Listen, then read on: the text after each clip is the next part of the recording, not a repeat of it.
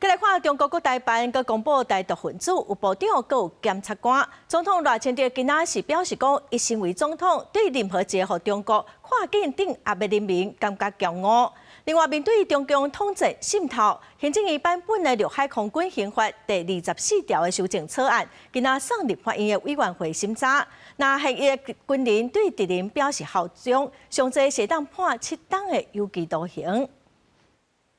身为总统，对任何一个被中国进行跨境镇压的人民感到骄傲，都能够站在自己的岗位上为国家奋斗，毫不畏惧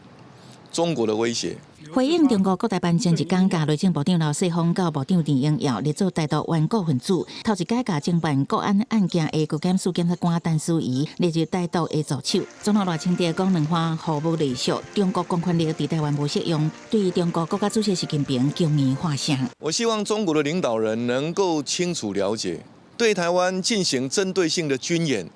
绝对不是和平的行动。对台湾进行统战渗透、跨境镇压，更不可能达到统一台湾的目标。绝对不容许中国的压力、中国的手伸进台湾这块土地上来。罗总统呼吁朝野立委赶紧审查总预算甲国防特别预算支持国家。面对中国持续统战渗透，行政院会去年12月通过《陆海空军刑法》第24条修正草案，明定现役军人若做用言语等方式对敌人表示效忠，最高处7年以下有期徒刑；无尽职导航的，提高刑度上当判10年。增订意味甲阴谋犯处罚规定，不过真侪的民进党立委是提出更加严的版本。加了足以生军事上不利益或是玷污国家荣誉这些文字，但是因为他这一个军人，他最重要就是要对国家忠诚。没有，我就转传，就是连这种说转传啊，然后这种行为我们都不乐见啊。如果我在脸书上面按赞、转发、引用、点阅、分享，或者是私讯留言，这个算不算？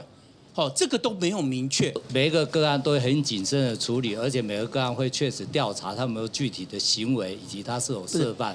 那里拢有立委认为，相关修法规范样态的认定爱更较明确。司法院嘛表示，效忠的表示含义相宽，建议爱增加适性犯这个要件，像讲损害军事利益等，安尼才符合刑法的最后手段。公视新闻采访报道。